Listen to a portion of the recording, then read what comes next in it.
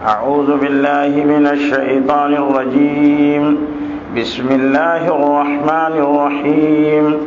قل أوحي إلي أنه استمع نفر من الجن فقالوا إنا سمعنا قرآنا عجبا يهدي إلى الرشد فآمنا به ولن نشرك بربنا أحدا وأنه تعالى جد ربنا ما اتخذ صاحبة ولا ولدا وأنه كان يقول سفيهنا على الله شططا وأنا ظننا أن لن تقول الإنس والجن على الله كذبا وأنه كان رجال من الإنس يعوذون برجال من الجن فزادوهم رهقا وأنهم ظنوا كما ظننتم أن لن يبعث الله أحدا وأنا لمسنا السماء فوجدناها ملئت حرسا شديدا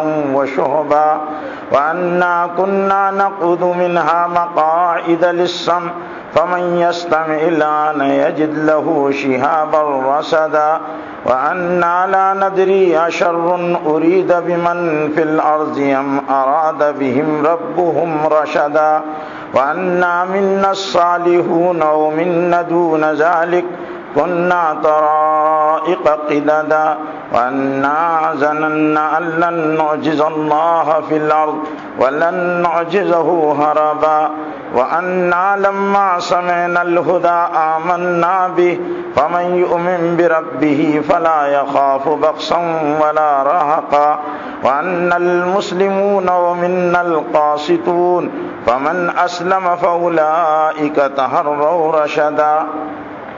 یہ سورہ جن ہے، اس میں 28 آیتیں اور 2 رکوع ہے. یہاں پر جنات کے واقعے کی طرف اشارہ ہے. حضور اکرم صلی اللہ علیہ وسلم وادی النخلہ میں صحابہ کرام کو فجر کی نماز پڑھا رہے تھے تو جنات کی ایک جماعت ادھر سے گزری.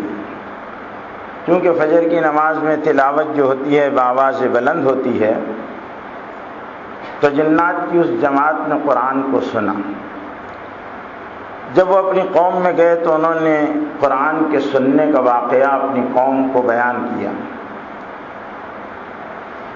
جب انہوں نے واقعہ بیان کیا تو ان کی قوم سے انہوں نے یہ بھی کہہ دیا کہ ہم ایمان لا چکے ہیں. حضور اکرم صلی اللہ علیہ وسلم کو اس وقت تک خبر نہیں تھی کہ جنات کی کسی جماعت نے قرآن کو سنا ہے. حضور اکرم صلی اللہ علیہ وسلم کو وحی کے ذریعے سے اللہ تعالیٰ نے اس واقعے کی اطلاع دی. اس میں بہت سارے ایسے مضامین ہیں جس سے جنات کے حالات پر بھی روشنی پڑتی ہے، اور دوسرے کہ انسانوں کے اندر جو بگاڑ ہے اس کی طرف بھی بہت ساری چیزوں میں رہنمائی ہوتی ہے. گزشتہ کل سورہ نوح میں حضرت نوح علیہ السلام کی دعوت، اسلوب دعوت اور دعوت کی ایک طویل محنت کے بعد ان کو قوم کی طرف سے جو مثبت جواب ملنا چاہیے تھا نہیں ملا، جس کے بعد دل برداشتہ ہو کر اللہ کی اجازت سے حضرت نوح علیہ السلام نے ایک طویل بددعا کی، اس کا تذکرہ تھا. اور یہاں پر اللہ کے رسول صلی اللہ علیہ وسلم کے عمل دعوت کی قبولیت کا تذکرہ ہے کہ اللہ تعالیٰ نے حضور اکرم صلی اللہ علیہ وسلم کی دعوت کو نہ صرف یہ کہ انسانوں کے قلوب کو منشرح فرمایا، بلکہ اللہ تعالیٰ نے دوسری مخلوقات کو بھی حضور اکرم صلی اللہ علیہ وسلم کی دعوت کی قبولیت کے لیے منتخب فرمایا، جس میں سے جنات کا مشہور واقعہ ہے. تو پہلے تو ایک مختصر سمجھ لیجئے کہ جن جس طرح انسان ایک قوم ہے، اسی طرح جنات بھی ایک قوم ہے. قرآن مجید میں جنات کا کئی جگہ تذکرہ ہے. بعض لوگوں نے، مسلمانوں کا ایک طبقہ ہے جس کو نیچری کہتے ہیں، جس کے سرخیل سر سید احمد خان صاحب ہیں، انہوں نے انکار کیا ہے جنت کا، جنات کا وغیرہ وغیرہ کا، لیکن یہ ہے کہ جنات ایک حقیقت ہے اور ایک قوم ہے۔ جنات کے بارے میں الاحکام الجان میں علامہ سیوطی رحمۃ اللہ علیہ نے لکھا ہے کہ جس طرح انسانوں کے کنبے ہیں، ان میں توالد و تناسل ہے، نسب ہے، اور جس طرح یہاں شادیاں ہوتی ہے، یہ ساری ضرورتیں اللہ تعالیٰ نے جنات کے ساتھ بھی لگائی ہے۔ لیکن جنات کے اور انسانوں کی تخلیق میں فرق ہے۔ اللہ تعالیٰ نے جنات کو من نار، آگ سے پیدا کیا، اور انسان کو من طین، مٹی سے پیدا کیا۔ انسان مٹی کے عنصر سے بنایا گیا، جیسے میں پرسوں کے دن جو تفسیر تھی اس میں بتا دیا کہ انسان نے کلی کی تفسیر، پرسوں کی تفسیر میں، کہ ہم نے اگایا انسان کو ہم نے زمین سے اگایا۔ تو اللہ تعالیٰ نے یہاں لفظ انبتناکم، ہم نے تم کو زمین سے اگایا کا لفظ کیوں استعمال کیا؟ انسان زمین سے تو اگتا نہیں، وہ تو رحم مادر میں نطفے کی شکل میں منتقل کیا جاتا ہے۔ پھر سورہ حج میں اس کی تفصیل بتائی گئی ہے کہ ایک ایسا نطفہ مضغہ، اور مضغہ سے علقہ، علقہ سے جسم بنتا ہے اور ہڈیاں، اور اس پر گوشت چڑھایا جاتا ہے، اور پھر اس میں روح پھونکی جاتی ہے، اور پھر احسن تقویم کے روپ میں انسان کو اللہ تعالیٰ تکمیل کے مراحل سے گزار کر پھر اس دنیا میں بھیج دیا کرتا ہے۔ تو یہ ساری چیزیں اللہ تعالیٰ نے بیان کر دی۔ تو جنات بھی ایک مخلوق ہے، لیکن ان کے وہ سارے احوال اللہ تعالیٰ نے انسانوں کی ضرورت بھی نہیں تھی کہ انسان جنات کے حالات کو سمجھیں، اس لیے قرآن میں ان کے بارے میں کوئی چیز نہیں بتائی۔ البتہ صرف دو باتیں بتائی ہے جنات کے تعلق سے اللہ نے، کہ جس طرح انسان شریعت کا مکلف ہے، اسی طرح جنات بھی شریعت کے مکلف ہیں، اور جس طرح جنات میں جماعتیں ہیں، اس طرح انسانوں میں جماعتیں ہیں اچھے اور بروں کی، اسی طرح جنات میں بھی اچھے اور بروں کی جماعتیں ہیں۔ صحابہ کرام بھی جنات میں تھے، اور ایک بڑی جماعت نے ایمان لایا۔ مکے کے اندر وادی نخلا میں ایمان کا واقعہ پیش آیا، اس لیے آج بھی مکے میں اس جگہ میں مسجد جن موجود ہے، حجاج وہاں جاتے ہیں، دیکھتے ہیں مسجد جن کو، اور تو وہاں خیر جنات وغیرہ نہیں رہتے۔ تو یہ ہے، اور شریعت کے وہ بھی اسی طرح پابند ہیں۔ جس طرح مسلمانوں میں فرقے ہیں، اسی طرح فتح القدیر میں لکھا ہے کہ جنات میں بھی قدریہ، مرجیہ، جوہنیہ وغیرہ کے فرقے ہیں، ان میں بھی دیوبندی، بریلوی سب ہیں، اور ان کے اندر بھی وہ سارا اچھائیاں اور برائیاں ہیں جو انسانوں کے اندر اچھائیاں اور برائیاں ہیں۔ اور جنات بھی اسی طرح امور شریعت کے پابند ہیں جس طرح انسان پابند ہیں۔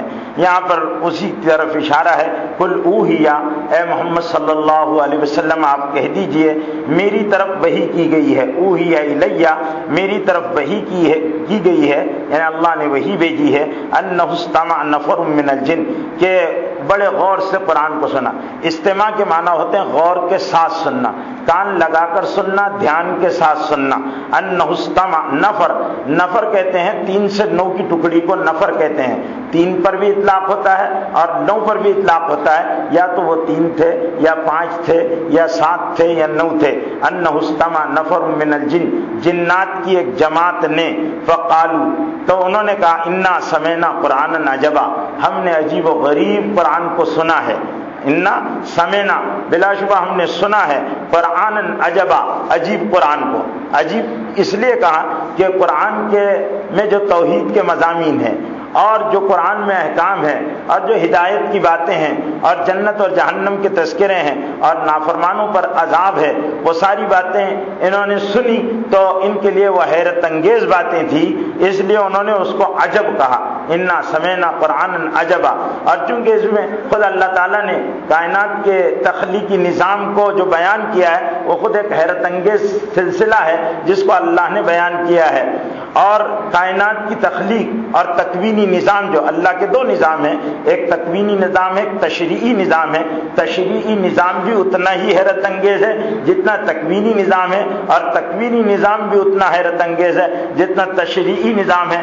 اللہ نے انسان کو شریعت شریعت کا پابند بنایا، اسی طرح ساری دنیا کے میں چلنے والے نظام، بارش کا نظام، سورجوں کے نکلنے اور اگنے کا نظام اور ستاروں کا نظام، یہ سارے نظام بھی جو ہیں وہ اللہ تعالیٰ کے بنائے ہوئے ہیں۔ جیسا کہ آپ نے پیچھے صورتوں میں سن چکا ہے کہ اے انسان آسمان کی طرف دیکھ، بار بار دیکھ، ہر بار دیکھ، غور سے دیکھ، کیا تو اللہ کے بنائے ہوئے میں کوئی کمی پاتا ہے؟ حل ترى من فطور، کیا تم کو اس میں کوئی دراڑ نظر آتی ہے، کوئی مسٹیک نظر آتی ہے، کوئی خامی نظر آتی ہے؟ تو اللہ تعالیٰ نے اس نظام کو بنایا۔ تو وہ ساری باتیں انہوں نے جب سنی تو ان کو تعجب ہوا کہ اتنی عجیب و غریب باتیں ہم نے سنی، حیرت انگیز باتیں سنی، تو وہ تعجب کرنے لگے۔ یہدی الی الرشد، پھر انہوں نے کہا کہ یہ ساری باتیں جو ہم نے سنی ہیں یہ بھلائی کی رہنمائی کرتی ہے، بھلائی کے راستے پر ڈالتی، یہدی الی الرشد، بھلائی کی طرف، خیر کی طرف رہنمائی کرتی ہے۔ فآمنا بھی، تو ہم ایمان لے آئے، کیونکہ سلیم الفطرت انسانوں کا یا جنات کا جو اللہ نے مزاج بنایا ہے وہ یہ ہے کہ وہ خیر کو جلدی قبول کر لیتے ہیں، خیر کو جلدی قبول کرتے ہیں۔ یہ طبیعت کی سلامتی کی علامت ہے، اور جب طبیعتوں میں سلامتی نہیں ہوتی اور طبیعتوں میں کجی ہوتی ہے تو وہ بات جو حق کی ہوتی ہے اور راستے کی ہوتی ہے اس کے قبول کرنے میں بڑی دقت آتی ہے، آدمی کا دماغ نہیں کھلتا ہے، ٹائم لگتا ہے۔ حضرت ابوبکر صدیق رضی اللہ تعالیٰ عنہ کو اللہ نے اعلیٰ درجے کا سلیب الطبع بنایا تھا، جیسے حضور صلی اللہ علیہ وسلم کی نبوت کا علم ان کو ہوا انہوں نے ایمان لایا، حضرت خدیجہ نے ایمان لایا، پھر دھیرے دھیرے جتنے سلیب الطبع مکے کے لوگ تھے ان کو ان کی طبیعت کی سلامتی کے اعتبار سے اتنا مرحلہ لگا، کوئی 1 سال میں، کوئی 2 سال میں، کوئی 4 سال میں، کوئی 5 سال میں، بہرحال جتنے اچھے اور سلیم الطبع لوگ تھے انہوں نے اسلام قبول کر لیا۔ اسی طرح جنات میں جتنے اچھے اور سلیم الطبع جنات تھے انہوں نے اسلام قبول کر لیا، اور ایک بڑی تعداد تھی جنات صحابہ کی بھی، جس کی بہت ساری کتابوں کے اندر تفصیل بھی آئی ہے، بہت سارے صحابہ کے نام بھی کتابوں کے اندر ملتے ہیں جس پر تحقیق کرنے والوں نے اس کو جمع بھی کیا ہے۔ فآمنا بھی، یہدی الی الرشد، فآمنا بھی، ہم نے اس پر ایمان لا لیا۔ ایمان کسے کہتے ہیں؟ ایمان دل کے یقین کو کہتے ہیں کہ ہم نے دل سے اس کو سچا مان لیا۔ ایک تو یہ ہے کہ آدمی کان سے کسی واقعے کو سنے کہ فلانی جگہ ایکسیڈنٹ ہو گیا تو اب اس کو سن لیا اس نے، اب سننے کے بعد آدمی کیا کرتا ہے کہ دیکھتا ہے کون ہے پہنچانے والا کون ہے، خبر کا دینے والا کون ہے، معتبر آدمی ہے تو فوراً اس کو نقل کر دیتا ہے، بھئی فلانی جگہ ہوا، گویا ایسے انداز میں بیان کرتا ہے کہ اس نے اس کو دیکھا ہے۔ اور بعض مرتبہ ایسا ہوتا ہے کہ آدمی اس کی تصدیق بغیر دیکھے نہیں کرتا، تو دل جب تک کسی بات کی سچائی کو قبول نہ کرے وہ ایمان نہیں بنتا۔ ایمان اللہ کی حقیقت کے تسلیم کر لینے کا اور محمد صلی اللہ علیہ وسلم کی نبوت کے تسلیم کر لینے کا اور آخرت کے دل سے تسلیم کر لینے کا نام ہے۔ آدمی اس کو جب سچا سمجھے گا تو اس کے لیے اللہ کے حکموں پر عمل کرنا آسان ہو جائے گا۔ آمنا بھی ولن نشرک بربنا احدا، اور ہرگز ہم اپنے رب کے ساتھ کسی کو شریک نہیں کریں گے۔ اب انہوں نے فیصلہ کر دیا۔ اس سے معلوم یہ ہوا کہ پہلے جو جنات تھے یہ جماعت جو ہے وہ شرک میں مبتلا تھی، یہ بھی کوئی بت بنا کر پوجا کرتے ہوں گے، اور باقاعدہ یہ جو بتوں کی عبادت والے ہیں یہ اپنے ساتھ جنات کو عبادت میں شامل کرتے رہتے ہیں۔ تو اس وجہ سے انہوں نے کہا کہ وَلَن نُشْرِكَ بِرَبِّنَا أَحَدًا، ہرگز ہم ہمارے رب کے ساتھ کسی کو شریک نہیں کریں گے۔ وَأَنَّهُ تَعَالَى جَدُّ رَبِّنَا، ہمارے رب کی ذات بڑی بلند ہے۔ تعالی جد ربنا، ہمارے رب کی ذات جو ہے وہ بڑی بزرگی والی اور اس کی ذات بڑی بلندی والی ہے، ہمارا رب بلند ہے۔ متخذ صاحبتم ولا ولدا، اس کے نہ کوئی بیوی ہے اور نہ کوئی اولاد ہے۔ ہم ان کو پہلے کسی نے یعنی مشرکین کیا کرتے تھے کہ دیویوں کو بیویاں بناتے تھے اور دیوتاؤں کو کیا کر دیا کرتے تھے، شوہر بنا دیا کرتے تھے۔ اس لیے آپ ہندوستان میں بھی جو ہندوؤں کا مذہب ہے اس میں ور کا لفظ آتا ہے، ایشور، تو اب یہ کیا ہے، یہاں پر وہی شوہر والا نظریہ ہے کہ ایک شوہر ہوتا ہے، دوسرے بیوی ہوتی. تو آپ نے دیکھا ہوگا کہ ان کے دیو بھی بیٹھتے ہیں اور دیویاں بھی بیٹھتی ہے، دیو بھی بیٹھتے ہیں اور دیویاں بھی بیٹھتی ہے. اور اللہ تعالیٰ دیوی دیوتاؤں کی طرح سے نہیں ہے، بلکہ وہ منزہ ہے اور پاک ہے، نہ اس کے کوئی بیوی ہے اور نہ اس کے کوئی اولاد ہے. پھر اللہ تعالیٰ نے عقیدہ توحید کی خالصیت کو بیان کرنے کے لیے سورہ اخلاص نازل کر دی، جس میں وہ سارے عقائد جس پر یہودیوں کے یہودیت پر زد ہے، عیسائیت کی تردید ہے، اور جتنے باطل مشرکانہ رسم و رواج اور عقائد ہیں ان ساروں پر ضرب لگا دی گئی اور کہہ دیا گیا قل هو اللہ احد، اللہ ایک ہے، الصمد بے نیاز ہے، لم یلد، نہ اس کو کسی نے پیدا کیا، نہ اس نے کسی کو پیدا کیا. یعنی پیدا تو اللہ نے سب کیا، لیکن جو پیدا ہونے کا ایک راستہ تصور انسانوں کے اندر ہے، میاں بیوی کے ذریعے سے نطفے کا قرار پانا، بچے کا وجود میں آنا، وہ ترتیب کے خلاف اللہ تعالیٰ اپنی قدرت کاملہ سے پیدا کرتے ہیں. ولدا وَأَنَّهُ كَانَ يَقُولُ سَفِيهٌ عَلَى اللَّهِ شَطَطًا. اور پھر وہ جنات کہنے لگے کہ ہمارے بیوقوف نادان تو اللہ کے بارے میں بڑی زیادتی کی اور ظلم کی بات کہا کرتے تھے، جھوٹی بات. شطط کے معنی جھوٹ کے ہوتے ہیں، شطط کے معنی ظلم کے ہوتے ہیں، شطط کے معنی ناروا بات کے ہوتے ہیں. تو یہ ہمارے نادان صفی کیوں کہا کہ وہ اللہ کو جانے بغیر بیوقوف نادان لوگ کچھ بھی اٹکل بچوں کی باتیں کیا کرتے تھے. تو اب وہ کہنے لگے کہ ہم ابھی تک دیکھو کیسی گمراہی میں پڑے ہوئے تھے، اللہ کے بارے میں کیا سوچا کرتے تھے اور کیا کہا کرتے تھے. اللہ تو بڑے بے نیاز ہیں، صمد ہیں، لم یلد ہیں ولم یولد ہیں، نہ ان کی بیوی ہے نہ ان کی کوئی اولاد ہے، وہ نہ ان کے جیسا کوئی ہے تو نہ ان کا ہمسر ہے. تو وَأَنَّا ظَنَنَّا أَن لَّن تَقُولَ الْإِنسُ وَالْجِنُّ عَلَى اللَّهِ كَذِبًا. اور ہم سمجھتے تھے، ٹھیک ہے یہ کل انشاءاللہ. بھئی اعتکاف میں جو حضرات بیٹھے ہوئے ہیں وہ چند مسائل کو اچھی طرح سمجھ لیں کہ ایک تو یہ کہ معتکف جو ہے وہ سب سے کٹ کر اللہ سے جڑنے کے لیے اعتکاف کرتا ہے. اعتکاف سنت ہے اور اس کا لایعنی فضول باتوں میں اپنے وقت کو ضائع نہ کریں. مسجد میں ہی رہنا ہے، جہاں نہ 5 وقت کی نماز پڑھی جاتی ہے وہاں رہنا یہ معتکف کے لیے، اعتکاف کرنے والے کے لیے ضروری ہے. مسجد کے یہ باہر کے حصے جو ہیں جن کو عبادت گاہ نہیں کہتے، جیسے وضو خانہ ہے، زینے ہیں، یہ باہر کے حصوں میں سوائے قضاء حاجت اور وضو کی شدید ضرورت کے آدمی معتکف نہ جائے، ورنہ اس کا اعتکاف فاسد ہو جاتا ہے بغیر ضرورت کے جانے کی وجہ سے. اس کا احتیاط کریں، غیر ضروری لایعنی باتیں نہ کریں، بلکہ یہ ہے کہ یا تو قرآن پڑھیں یا سوئیں یا پھر یہ ہے کہ اعمال میں مشغول ہوں، جو بھی ہے. اور معتکف کے لیے اپنا کسی مسجد کا ایک کونا وہ خود پکڑ لے، اور علماء نے لکھا ہے کہ معتکف کی اپنی چادر ہو اور مسجد وغیرہ کی مد میں سے وہ چادر نہ لی گئی ہو، اپنی چادر، اس لیے کہ اگر وہ عبادت کرتے ہوئے تھک جائے تو اپنے کونے میں پڑا رہے. اور معتکف حضرات کے آرام وغیرہ کا دوسرے لوگوں پر خیال کرنا بھی ضروری ہے. البتہ اعتکاف میں بیٹھنے والے ساتھ میں بیٹھ کر افطار کر سکتے ہیں، ساتھ میں بیٹھ کر کھانا کھا سکتے ہیں، اور یہاں جیسے جماعت وغیرہ آتی ہے، تعلیم کا عمل ہو رہا ہے تو اس تعلیم کے عمل میں شریک ہو سکتے ہیں، لیکن معتکف گشت وغیرہ میں نہیں جا سکتا. اور باقی غیر ضروری خیر خیریت پوچھنا، فون کرنا، یہ سارے غیر ضروری کاموں سے معتکف کو احتراز کرنا چاہیے، بچنا چاہیے. کوئی سیکھنا چاہے تو اس کو دین بھی سکھا سکتا ہے، مسائل بتا سکتا ہے، اور اگر اس کے کاروبار کو کوئی دیکھنے والا نہ ہو تو اپنے کاروبار میں رہبری اور رہنمائی کر سکتا ہے. اعتکاف میں بیٹھنے والا زیادہ سے زیادہ اللہ سے لو لگائے اور ساروں کے خیال کو جھٹک کر غار ہرا کی تنہائیوں میں بیٹھنے والے حضرت محمد صلی اللہ علیہ وسلم کی طرح یکسو رب کی تلاش میں بیٹھے، اللہ کو پانے کے لیے لیلۃ القدر کو تلاش کرے، تاکہ راتوں کو جاگ کر راتوں میں قیام کرے، طویل قیام کرے. یعنی کہ ابھی تھوڑی دیر سے لیلۃ القدر کی تلاش کے لیے اعتکاف حضور اکرم صلی اللہ علیہ وسلم فرمایا کرتے تھے، اور ان تاک راتوں میں خاص طور سے، اور باقی راتوں میں بھی عبادت کی خوب کثرت کرے. اور تاکراتوں میں جو پڑھنے والی دعا ہے حضور صلی اللہ علیہ وسلم سے لیلۃ القدر میں اگر کسی کو لیلۃ القدر مل جائے تو حدیث کے اندر جو دعا تعلیم فرمائی گئی ہے وہ ہے اللہم انک عفو کریم تحب العفو فاعف عنی. یہ دعا کی کثرت کرے. اللہم انک عفو کریم، اللہم انک عفو کریم، اے اللہ آپ بزرگ ہیں معاف کرنے والے ہیں.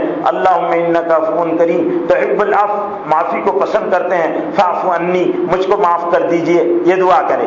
اور پھر یہ ہے کہ اس وقت امت کے جو شدید ترین حالات سے امت دوچار ہے، پوری دنیا میں مسلمانوں کے حالات جیسے بھی ہیں، اندر کے بگاڑ ہوں یا باہر کے مسائل ہوں، اللہ سے جی لگا کر خوب دعا کرنا چاہیے اور اللہ سے لو لگانا چاہیے کہ اللہ تعالیٰ، کیونکہ معتکف جو ہے وہ اللہ کے در پر پڑا ہوا اللہ کے گھر کا مہمان ہے، اور مہمان کا میزبان کی ذمہ داریوں میں یہ ہے کہ وہ مہمان کی دلجوئی کرے، اکرام کرے. جب معتکف اللہ سے لو لگاتا ہے اور دعائیں کرتا ہے تو اللہ معتکف کی دعاؤں کو سنتا ہے، قبول کرتا ہے. اس لیے اس کا خیال رکھنا ضروری ہے. جن لوگوں کو گٹکا، کھرا، بیڑی، سگریٹ کی عادت ہے تو وہ سنڈاس میں بیٹھے بیٹھے کھا پی لیا کریں، باقاعدہ اس کے لیے ٹائم فارغ کر کر باہر نہ جائیں. اس لیے کہ وضو خانے پر بیٹھے بھی دو چار کش مار رہے ہیں تو یہ سب اعتکاف کے خراب کرنے والے عمل ہیں، ان سے بچنا چاہیے اور احتیاط کرنا چاہیے. بعض لوگ اگر آدمی کو ضرورت پڑ گئی ہے، بیڑی کے بغیر چارہ نہیں ہے، تو کوئی ایسا آدمی بیٹھ گیا تو وہ سنڈاس وڈاس میں کر لے، وہ اسی لائق ہے کہ اس کو وہی کرنا چاہیے تو وہاں کرا لے اور منہ کو اچھی طرح صاف کر آئے. اس لیے کہ معتکف جو حضرات رہتے ہیں ان سے فرشتے ملاقات کرتے ہیں، فرشتے آتے رہتے ہیں تو کم از کم بو باس نہیں آنا چاہیے. اس لیے اللہ کے رسول نے یوں بھی مسجد میں لہسن کھانے سے، پیاز کھانے سے اور بیڑی کی، تمباکو کی بدبو کے منہ لے کر آنے سے منع فرمایا ہے. تو اس کا احتیاط بھی کرنا چاہیے اور خاص طور سے ان باتوں سے پرہیز کرنا چاہیے. یہ بھئی اعتکاف کرنے والوں کی کو خاص طور سے سمجھنے کی چیزیں ہیں. نہیں تو ہوتا کیا ہے کہ ہمارے یہاں اعتکاف کا بڑا مسئلہ ہے. لوگ اعتکاف میں بیٹھ تو جاتے ہیں لیکن کیا ہے وہ کہ یہاں آنے کے بعد وہ اعتکاف کے صحیح حق کو ادا نہیں کرتے. اس لیے جو اعتکاف میں ان کو ملنا چاہیے وہ ملتا نہیں اور خالی لے کر آتے. یہ اعتکاف کرنے والا اللہ کے در پر اپنی جھولی پسار کر بیٹھا، اگر مسجد کا احترام نہیں کرے گا تو جھولی بھرنے آیا ہے، وہ جھولی خالی واپس لوٹا دیں گے اللہ تعالیٰ، بلکہ مار بھی پڑے گی. اس کا احتیاط کرنا چاہیے. جو لوگ نفلی اعتکاف کرنا چاہیں، نفل اعتکاف، تو وہ آئیں مسجد میں، اپنے ایک کونا پکڑ لیں. اس کے لیے کوئی ٹائم کی اور کوئی اس کی نہیں ہے، لیکن سنت اعتکاف یہی ہے. اللہ کے رسول صلی اللہ علیہ وسلم رمضان کے عشر اخیر کا اعتکاف فرمایا کرتے تھے تو اس کا اعتکاف یہ سنت ہے. باقی نفل اعتکاف آپ جب مسجد میں آئیں تو دعا کر لو، بسم اللہ دخلت ونویت سنت الاعتکاف، یہ دعا کر لی، پڑھ لی آپ نے، آپ معتکف ہو گئے. اب جب تک رہیں گے حالت اعتکاف میں، اور اعتکاف کرنے والا اللہ کے تعلق سے یہ نفل اعتکاف ہوگا. اس کے لیے نہ روزہ شرط ہے، اور لیکن یہاں پر جو رمضان والا ہے اس کے لیے روزہ بھی شرط ہے. اس کے لیے مسجد والی جماعت جس میں جماعت کے ساتھ نمازیں ہوتی وہ بھی شرط ہے. تو اس کی تاکید کی گئی ہے کہ ان کا باتوں کا خیال رکھیں. موبائل وغیرہ لوگ باقاعدہ رکھتے ہیں اور اعتکاف میں باتیں، گھنٹوں باتیں کرتے رہتے ہیں. میں نے دیکھا ایک مسجد میں، نام نہیں لوں گا، قریب پاس کی مسجد ہے، وہاں ایک صاحب بیٹھا کرتے تھے. ان کے اعتکاف میں ان کی بیوی بھی آتی تھی، ان کے بچے بھی آتے تھے، موبائل بھی رہتا تھا. وہ پوچھا کرتے تھے کھانے کے لیے کیا لانا، تو پھر وہ کھانے کے لیے ان کی اہلیہ لے کر آتی تھی. ایک عجیب و غریب منورنجن ہوتا تھا، اعتکاف نہیں ہوتا تھا، تماشا ہوا کرتا تھا. اس لیے ان ساری چیزوں سے احتیاط کریں. اللہم صلی علی سیدنا شفیعنا حبیبنا نبینا مولانا محمد وبارک وسلم.